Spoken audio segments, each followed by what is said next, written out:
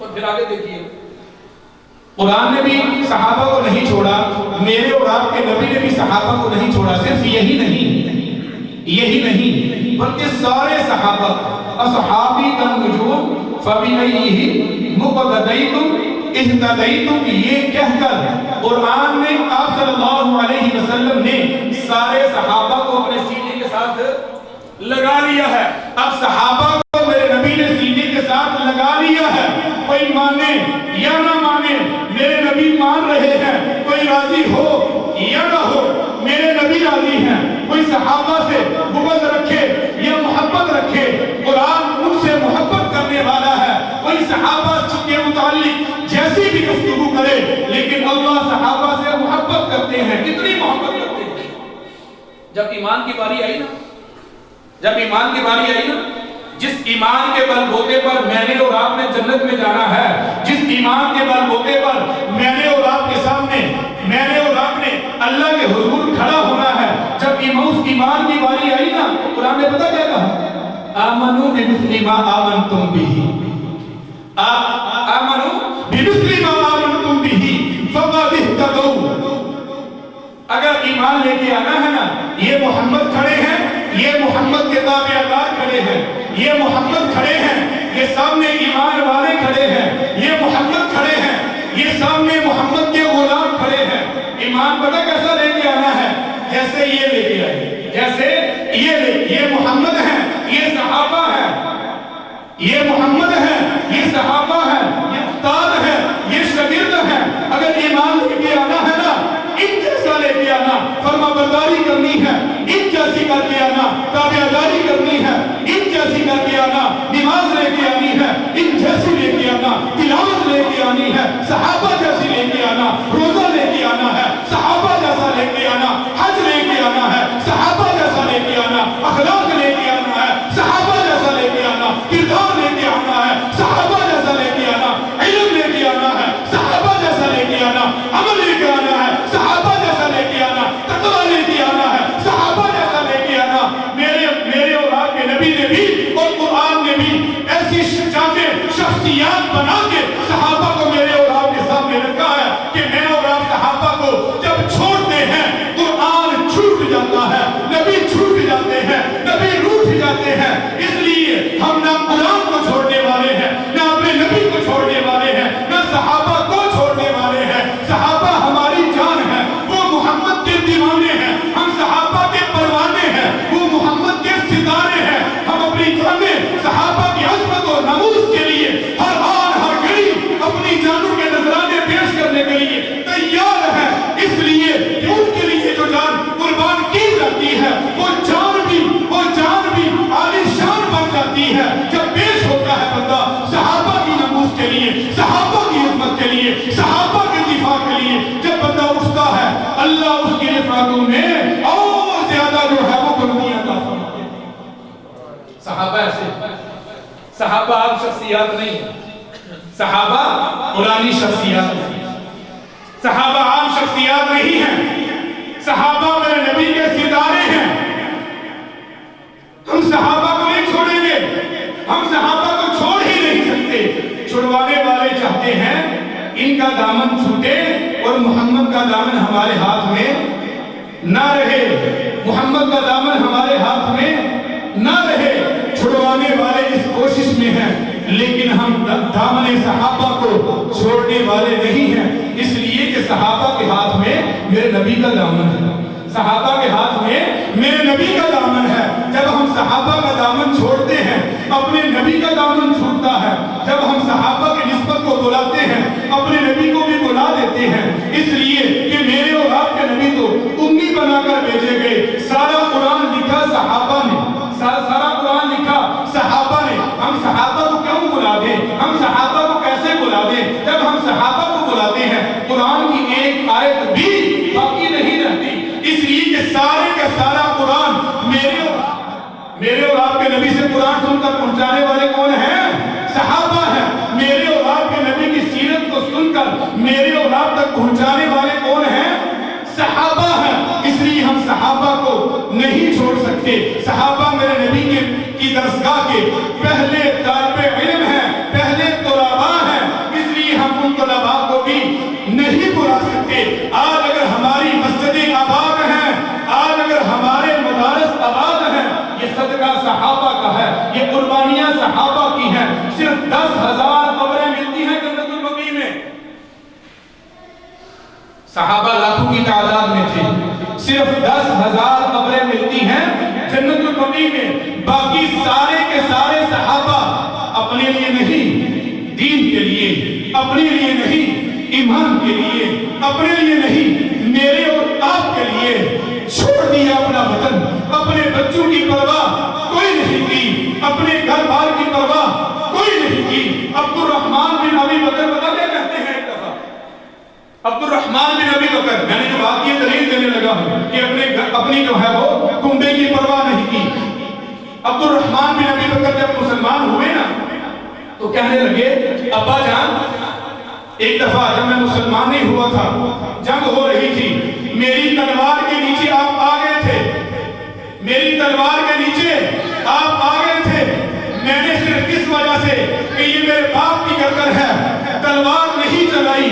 ابو بکر صدیق, ہائے ہائے, صدیق اکبر کیا بولے, صدیق اکبر ایسے ایمان والے تھے, کہنے لگے بیٹا تو نے تو باپ ہونے کے ناطے مجھے چھوڑ دیا تھا نا, اللہ کی قسم, مجھے میرے رب کی قسم, اگر تو میری تلوار کے نیچے آ جاتا, صدیق تجھے جو ہے وہ بات خالی مجھ سے نہ جانے دیتا, تیری گردن اڑا دیتا.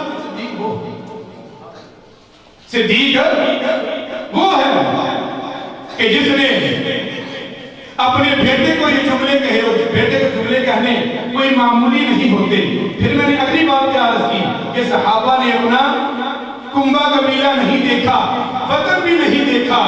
صحابہ تو رہنے والے تھے, مکہ سے اطلاع ہو رہی ہے نا, صحابہ تو مکہ میں تھے نا, پھر مدینہ میں تھے نا, لیکن صحابہ ہمیں کہاں کہاں نظر آ رہے ہیں, ان کی قبریں ہمیں کہاں کہاں مل رہی ہیں. اور وہ دنیا داری کے لیے, سرمایہ داری کے لیے اور مال کمانے کے لیے, مال بنانے کے لیے وہ سفر نہیں کیا کرتے تھے. صحابہ کی جتنے بھی سفر ہوا کرتے تھے وہ ایمان کے لیے, وہ ایمان کو آگے پہنچانے کے لیے, اس دعوت کو آگے لے کے جانے کے لیے, مجھے اور آپ کو مسلمان بنانے کے لیے تھے. صحابہ کبھی بھی نہیں نکلے, جب بھی نکلے ہیں ایمان کے لیے نکلے ہیں, جب بھی نکلے ہیں دعوت کے لیے نکلے ہیں, جب بھی نکلے ہیں صحابہ میرے اور آپ کی ایمان کی فکر میں نکلے.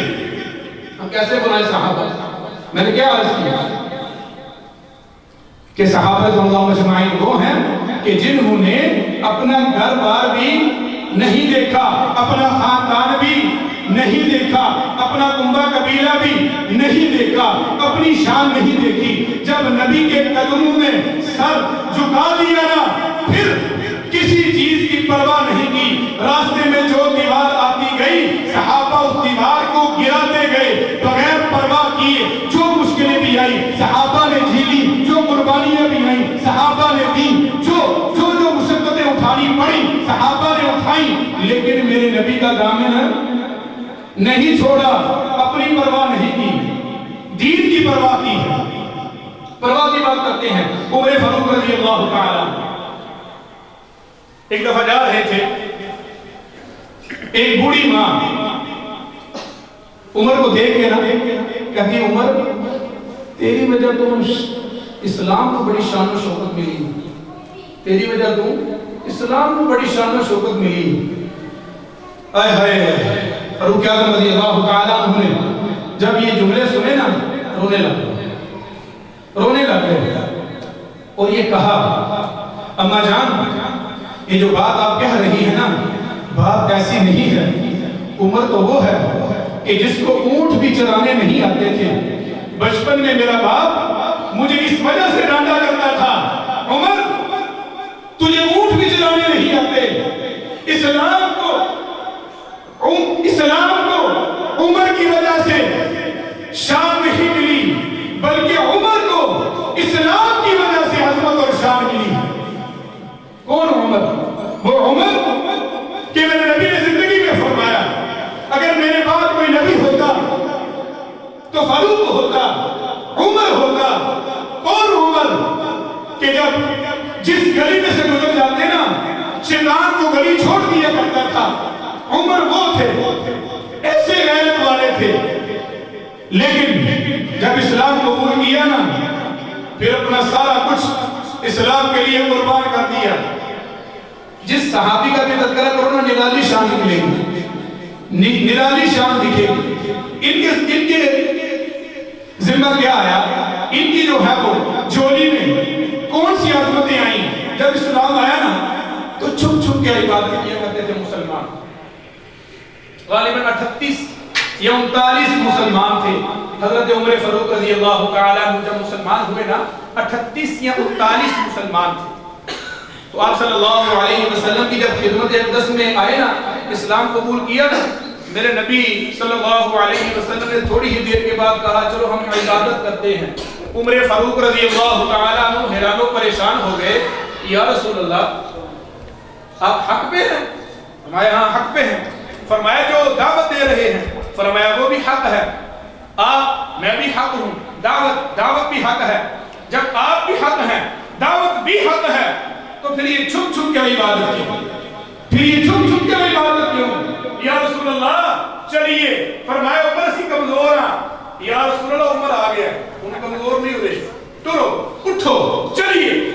ہے عمر ادھر کعبۃ اللہ میں جو عبادت کی جگہ ہے وہاں پہنچے، جا کے عبادت کریں۔ پھر دیکھا، پھر زمانے میں دیکھا عمر آگے آگے چلے، میرے اور آپ کے نبی اور جو صحابہ مسلمان ہوئے تھے نا وہ پیچھے پیچھے چل رہے ہیں۔ عمر رضی اللہ تعالیٰ عنہ اپنی تلوار لہرا کے مکے کی گلیوں میں یہ اعلان کر رہے ہیں اور عورتیں یہ کہہ رہی ہیں اور دیکھنے والے اپنے سرداروں کو جا کے بتا رہے ہیں عمر آ رہا ہے، عمر آ رہا ہے۔ سردار کہتے ہیں ٹھیک ہے آمن دیو نا، اسی مشن دے کے بھیجیا سی، اس مشن وچ کامیاب ہو کے آمدہ ہونا پیا۔ دسن والے نے دسیا نہیں سرداروں نہیں، مکے دیو چودھریوں نہیں، عمر وہ مشن مکمل کر کے نہیں جی آمدہ پیا، بلکہ عمر مشن محمد اپنے سینے کے ساتھ لگا کے آگا جی۔ پھر عمر چلے، تلوار لہرا رہے ہیں اور تلوار لہراتے لہراتے یہ اعلان کر رہے ہیں آئے وہ جس نے اپنی عورت کو بیوہ کروانا ہے، وہ آئے میرے سامنے، جس نے اپنے بچوں کو یتیم کروانا ہے آئے میرے راستے میں، جس کے اندر یہ جرت ہے۔ ہم جا رہے ہیں بیت اللہ میں، ہے کسی میں طاقت تو روک کے دکھائے۔ پھر دیکھا زمانے نے، اس آسمان نے دیکھا میرے اور آپ کے نبی عمر کی معیت میں، عمر سیکیورٹی گارڈ بنا ہوا ہے میرے اور آپ کے نبی کا۔ آج توڑنے والے ہمارے نبی کے سیکیورٹی گارڈ ہم سے توڑنا چاہتے ہیں، اس لیے کہ ہم جو ہے وہ ان کو نشانہ بنانے میں ہم آسانی سے نشانہ بنا سکے۔ نہ ہم محمد کو چھوڑنے والے ہیں، نہ ہم فاروق کو چھوڑنے والے ہیں، نہ ہم صدیق کو چھوڑنے والے ہیں۔ ہم کسی کو بھی چھوڑتے ہیں تو کہنے والے کو، داغدار کرنے والے کو، تنقید کرنے والے کو، تیر برسانے والے کو یہ موقع مل جاتا ہے وہ میرے محمد پہ تیر برسائے، لیکن یہ تیر ہم برسنے نہیں دیں گے۔ ہم تو طلحہ کے نام لیوا ہے، بدر کا میدان ہے، آپ صلی اللہ علیہ وسلم یہ پہاڑ کی چوٹی ایسے نیچے کھڑے ہیں، طلحہ رضی اللہ تعالیٰ یہاں کھڑے ہیں اور آپ صلی اللہ علیہ وسلم کی حفاظت کے اوپر معمور ہیں، حفاظت کے اوپر معمور ہیں۔ آپ صلی اللہ علیہ وسلم تھوڑی تھوڑی دیر کے بعد ایسے پیچھے سے اٹھ کے نا میدان جنگ کو دیکھتے ہیں کہ مسلمانوں کی صورتحال کیا ہے۔ طلحہ وہ ہیں، فرمانے لگے یا رسول اللہ نیچے ہو جائیے نا، آپ کو لگ جائے گا، آپ کو لگ جائے گی۔ طلحہ کھڑا ہے نا آپ کو بچانے کے لیے، طلحہ کھڑا ہے نا آپ کو بچانے کے لیے، یا رسول اللہ سامنے نہ ہو۔ جنگ کے بعد دیکھا گیا طلحہ رضی اللہ تعالیٰ عنہ کی کمر کے اوپر کوئی جگہ ایسی نہیں تھی جہاں تیر کا نشان نہیں تھا۔ ہم طلحہ کے ماننے والے ہیں، ہم صحابہ کے بدر کے ماننے والے ہیں جو 313 ہوتے ہیں اور میرے نبی دعائیں مانگ رہے ہوتے ہیں اور مقابل جو ہے وہ ہزاروں کا لشکر ہوتا ہے، کیا تھا پتہ ہے آپ کو ان کے اندر کیا تھا؟ جذبہ کون سا تھا؟ ان کے اندر جذبہ تھا چھوڑنے کا۔ کس چیز کو چھوڑنے کا؟ اپنی جو ہے وہ مال کو چھوڑنے کا، اپنے گھر کو چھوڑنے کا، پکے ہوئے باغات کو چھوڑ کے آنے کا جذبہ صحابہ میں سچا تھا۔ پکے ہوئے باغ صحابہ چھوڑ کر آ گئے، لیکن صحابہ رضوان اللہ اجمعین نے محمد کریم صلی اللہ علیہ وسلم کو پیٹھ نہیں دکھائی، یہ نہیں سوچا تعداد کم ہے، مقابل ہزاروں میں ہے، صحابہ چل پڑے، پھر میرے محمد کی زبان، میرے محمد کی دعائیں رنگ لائیں۔ صحابہ فرماتے ہیں یا رسول اللہ میدان بدر کا واقعہ سنانے جا رہا، سنانے چلا ہوں۔ صحابہ عرض کرتے تھے یا رسول اللہ صلی اللہ علیہ وسلم سمجھ نہیں آتی ماجرا کیا ہے، ابھی ہم تلوار اپنے نیام سے نکالنے لگتے ہیں، سامنے جو کافر کھڑا ہوتا ہے اس کی گردن جو ہے وہ کٹ کے اس تلوار کے ہمارے جبار سے پہلے نیچے گر جاتی ہے۔ ہم ان کے ماننے والے ہیں، ہم ان کو ماننے والے ہیں، اس لیے ہم ان کو چھوڑنے کے لیے تیار نہیں ہیں، ہم صحابہ کو چھوڑنے کے لیے تیار نہیں ہیں۔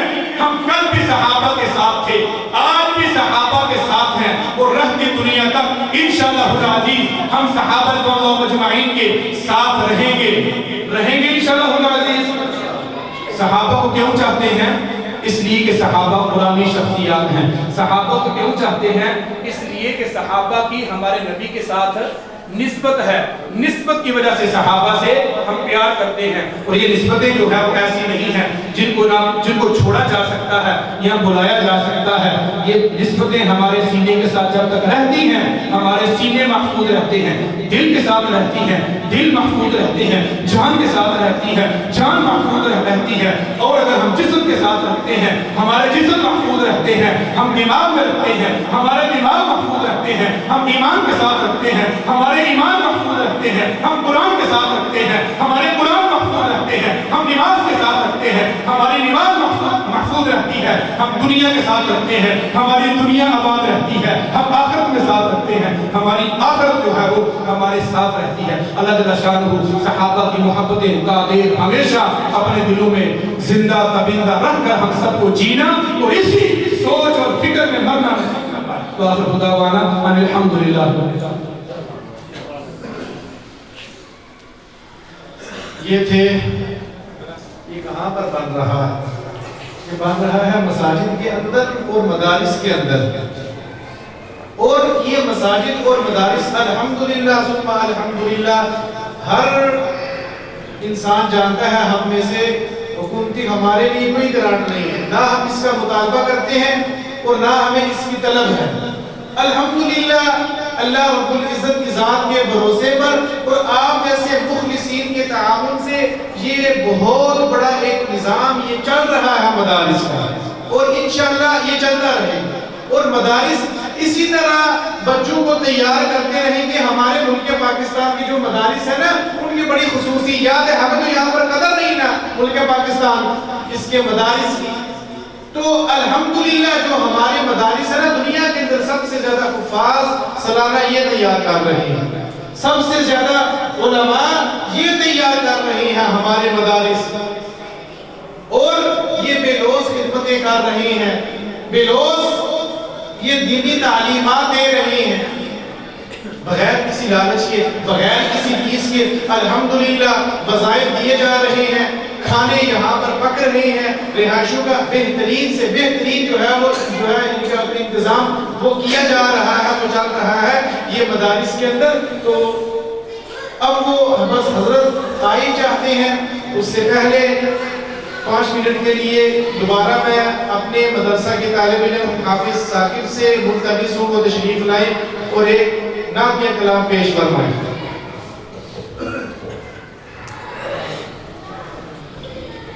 نبی کا لب پر جو ذکر ہے بے مثال آیا، کمال آیا۔ نبی کا لب پر جو ذکر ہے بے مثال آیا، کمال آیا۔ جو ہجر طیبہ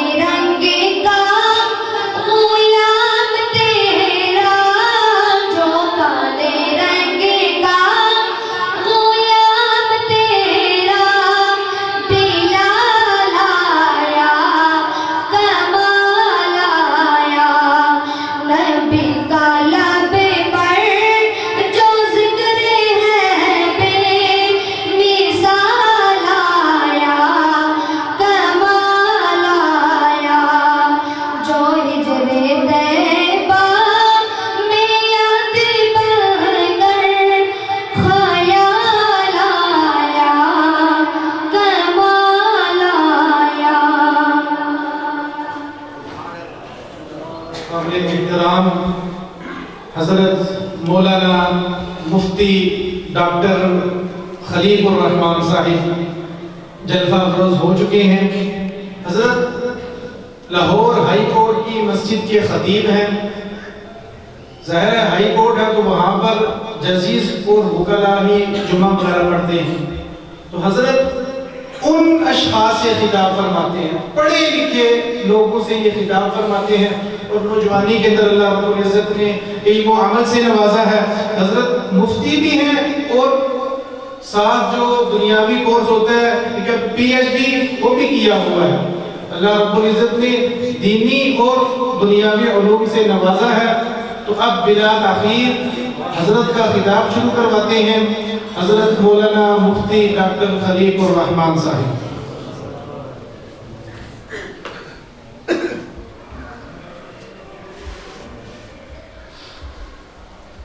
إن الحمد لله نحمده ونستعينه ونستغفره ونؤمن به ونتوكل عليه ونعوذ بالله من شرور أنفسنا ومن سيئات أعمالنا من يهده الله فلا مضل له ومن يضلل فلا هادي له ونشهد أن لا إله إلا الله وحده لا شريك له ونشهد أن محمدًا عبده ورسوله أما بعد فأعوذ بالله من الشيطان الرجيم بسم الله الرحمن الرحيم يا أيها الذين آمنوا اتقوا الله ولتنظر نفس ما قدمت لغد واتقوا الله إن الله خبير بما تعملون. ایمان والو, اللہ سے ڈرتے ہوئے اپنی زندگی گزارا کرو اور ہمیشہ اپنا محاسبہ کرو اور جائزہ لو کہ آنے والے کل کے لیے تم نے کس قسم کے اعمال آگے بھیجے. واتقوا اللہ, پھر اللہ کہہ رہے ہیں کہ مجھ سے میری نافرمانی سے بچ کے زندگی گزارو. ان اللہ خبیر بما تعملون, تم جو کچھ کر رہے ہو اللہ اسے دیکھتا ہے, اللہ باخبر. حضرات محترم, بغیر کسی تمہید کے کافی لیٹ ہو گئے, کتنی دیر بات کرنے مجھے بتا دیں. نہیں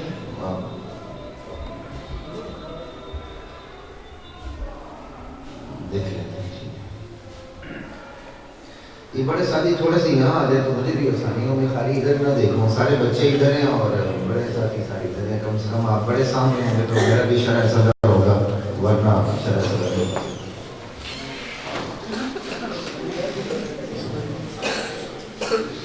جی سر, بڑے ساتھی ہیں نا, بچے بیٹھے تھوڑے سا پیچھے تو بڑے تھوڑے سا سامنے ہیں.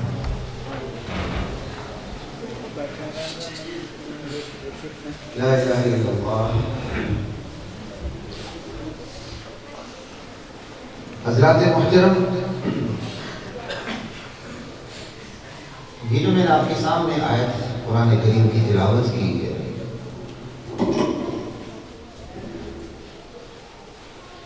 دراصل اللہ یہ ترغیب بھی دے رہے, حکم بھی دے رہے ہیں کہ ہمیشہ اپنی زندگی کا جائزہ لیتے ہو. بندہ کاروبار میں ہوتا ہے تو کاروبار کا جائزہ دن رات لیتا ہے, چاہے وہ دودھ کا کام کرتا ہے, چاہے وہ دفتر کا کام کرتا ہے, چاہے وہ وکالت کا کرتا ہے, ڈاکٹری کا کرتا ہے, کس کا کرتا ہے, جائزہ لیتا رہتا ہے. گھر کی خواتین, صبح خواتین اپنے گھر کے اخراجات کا جائزہ لیتی ہیں, اسی کے مطابق اپنی زندگی کا سرکل چلاتی رہتی ہیں.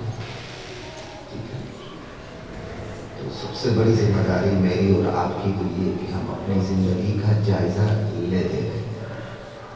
کسی زندگی میں ترقی ہوگی, آنے والے دن کی تیاری ہوگی, انشاءاللہ سرخو ہو کہ اللہ کے حضور پیش ہوں گے. اللہ مجھے اور آپ کو نصیب فرمائے. اسی حوالے سے چند سوالات میں نے آپ کے سامنے رکھنے, سوالات اور ان کے جوابات جن کی مدد سے ہم اپنی زندگی کا جائزہ لے سکتے ہیں. اس سے آواز برابر کریں. چند سوالات آپ کے سامنے رکھوں گا اور وہی سوالات آپ اس سے زیادہ مزید عالیاً یہاں آپ کو بیان کرتے رہتے ہیں. وہ دیکھیں, اپنی زندگی کا جائزہ لیتے رہتے ہیں. سب سے پہلا سوال بغیر کسی تمہید کے لیے کہ وہ کون سی کتاب ہے جس کے اندر جتنا بھی مٹیریل ہے، مواد ہے، کانٹینٹ ہے، وہ انسانی ہے، لیکن وہ قرآن کی طرح محفوظ ہے، قرآن سے کم محفوظ نہیں ہے۔ بخاری بھی اس سے نیچے ہے، کیونکہ بخاری کی بھی بعض روایات پر تنقید ہو جاتی ہے، بڑی بات نہیں ہے۔ یہاں میں اختصار کے ساتھ کروں گا، میں گزشتہ جو متصل جماعی ہائی کورٹ میں اسی پہ بیان تھا، تو وہاں تو پورا نہیں ہوا، تو نشستیں چلیں گی، لیکن میں یہاں سوالات کو اختصار کے ساتھ ساری بات کروں گا۔